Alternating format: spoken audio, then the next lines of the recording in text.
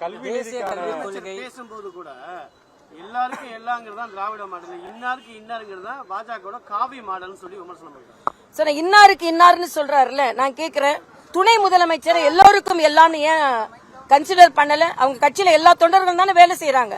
இப்ப எல்லோருக்கும் எல்லாம் பதவியும் கிடையாது. ஆனா பதவி என்று வரும்போது இன்னாருக்கு இன்னார் அப்படின்றது அப்ப ஏன் துணை முதலமைச்சர் தான் உட்காரு? இன்னொன்னு, நாங்கள் எல்லாம் கலைஞர் குடும்பத்தை சார்ந்தவர்கள் சொல்றாங்களே தவிர யாரும் தமிழ் குடும்பத்தை சார்ந்தவர்கள் சொல்லல. அதனால இது அப்பட்டமான ஒரு சுயநலமான ஒரு புத்தக வெளியீடு. இது ஒரு கல்வி அமைச்சரே இதை செய்தது மிக மிக மிக தவறு.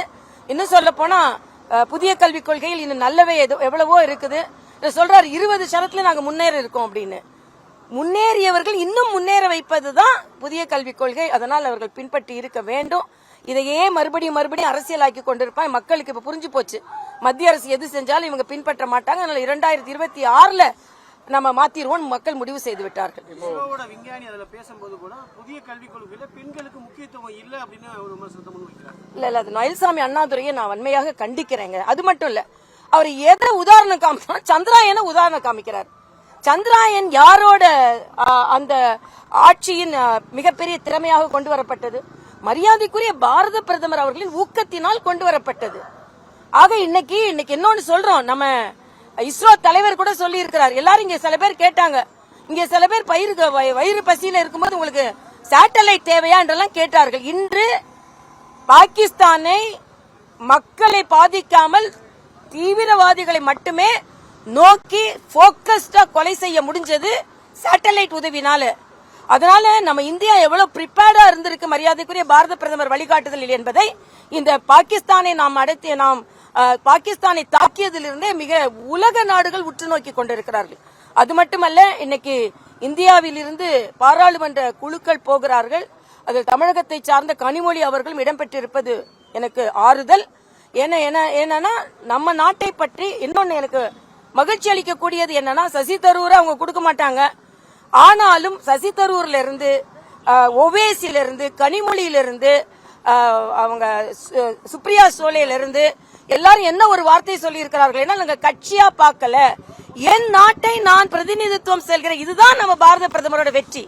ஆக எல்லோரும் இதை போல ஒற்றுமையாக வர வேண்டும். இன்னும் சொல்ல போனா தமிழ்நாட்டில் இந்த டாஸ்மாக் ஊழலா இருக்கட்டும், புதிய கல்விக் கொள்கை நல்ல கொள்கையை எதிர்ப்பதாக இருக்கட்டும், அனைத்து எதிர்கட்சிகளும் ஒன்று கூட வேண்டும். ஏனென்றால் மத்திய அரசு எந்த அளவிற்கு எல்லோரையும் இணைத்து பாகிஸ்தானை எதிர்த்து போராடுகிறதோ அதே போல தமிழகத்தில் இன்று மக்கள் விரோத போக்கை எதிர்த்து போராட வேண்டிய சூழ்நிலையில் நாம் எல்லாம் இருக்கிறோம் என்பது எனது கல்வி நிதியை கேட்டு நீதிமன்றம் செல்ல இருக்கிறேன் அப்படின்னு சொல்லி முதலமைச்சர் சொல்லியிருக்காரு.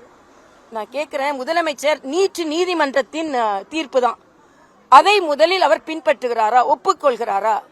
எல்லாவற்றையும் நீதிமன்றம் செல்ல வேண்டும் என்று இல்லை. ஒரு பெடரல் செட்டப்ல கூட்டாட்சி தத்துவத்துல மத்திய அரசிடம் ஒரு நல்ல உறவை மேம்படுத்தி அதன் மூலம் மாநில அரசிற்கு நல்லவற்றையெல்லாம் கொண்டு வரலாம். ஆனா பிரதமர் வந்தா நான் வரவேற்க போக மாட்டேன், நிதி ஆயோக் கூட்டத்திற்கு நான் போக மாட்டேன், இப்படியே சொல்லிக் கொண்டிருந்தால் மக்கள் தான் பாதிக்கப்படுகிறார்கள் என்பதை முதலில் புரிந்து கொள்ளணும் என்று கொள்கை எதிரியான பிஜேபியுடன் கூட்டணியில் சொல்லிட்டு தாவேக்கு அறிவிச்சிருக்கு. தாவேக்கால அதிகாரப்பூர்வமா எந்த அறிவிப்பும் வரலப்பா.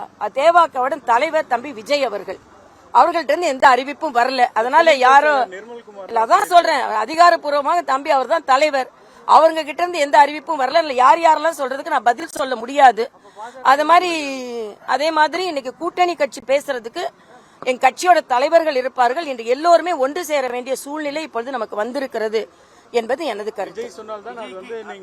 இல்ல இப்ப அதாவது இல்ல நான் என்ன நினைக்கிறேன்னா, இப்ப கூட்டணி யாரிடம் பேசுவது, எப்படி பேசுவது எல்லாமே எங்களது அகில பாரத தலைவர்கள் முடிவு செய்வார்கள். ஆனா எனது கோரிக்கை என்ன என்றால், இந்த திராவிட முன்னேற்ற கழகம் அப்புறப்படுத்தப்பட வேண்டிய ஒரு ஆட்சி. அதற்கு யாரெல்லாம் அந்த கொள்கை உள்ளவர்கள் அவர்களெல்லாம் உடன் இருந்தால் நல்லது என்பது எனது கருத்து.